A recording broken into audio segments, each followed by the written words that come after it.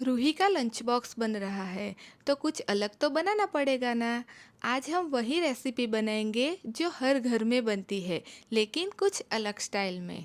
तो चलिए, अब हम 4 से 5 आलू को 3 सीटी आने तक बॉईल कर लेंगे और दूसरी तरफ मैंने एक बीटरूट को भी 2 सीटी आने तक बॉईल कर लिया है।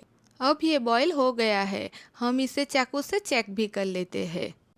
अब हमें इसमें थोड़ा सा पानी ऐड करना है और इसे अच्छे से पीस लेना है। अगर पानी थोड़ा कम लगे तो फिर से पानी ऐड करके इसकी अच्छी सी पेस्ट बना लेनी है। तो चलिए, अब डो प्रिपेयर कर लेते हैं। यहाँ पर मैंने 1 कप गेहूं के आटे में थोड़ा सा नमक और ऑयल डाला है।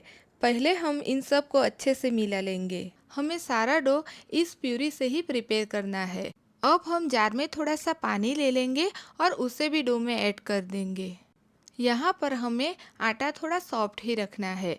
आटा जितना सॉफ्ट होगा ना, हमारे आलू बाइट उतने ही क्रंची बनेंगे।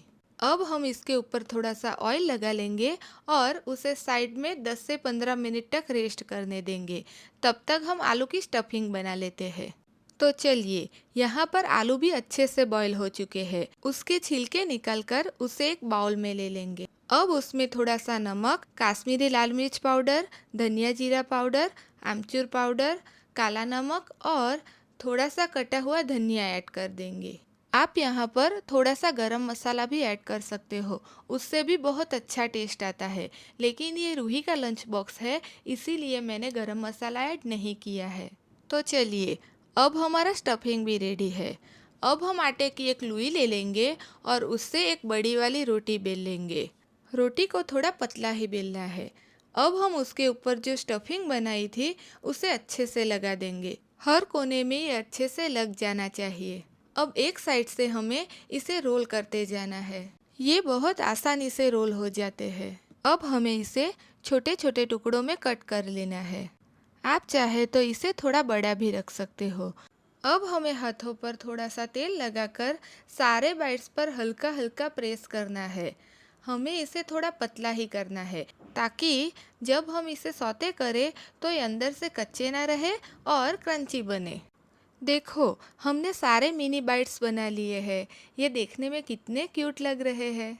अब हम इसे सेक लेते हैं। आप चाहो तो इसे डीप फ्राई भी कर सकते हो।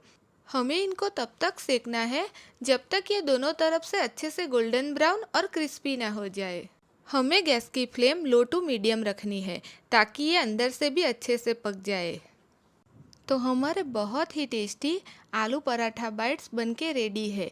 ये देखने में ही कितने सुंदर लग रहे हैं। रूही ने तो आज अपना लंच बॉक्स खुद से पैक किया, क्योंकि उसको ये आलू पराठा बाइट्स बहुत पसंद है। आज तो लंच बॉक्स पूरा खत्म होके ही आएगा।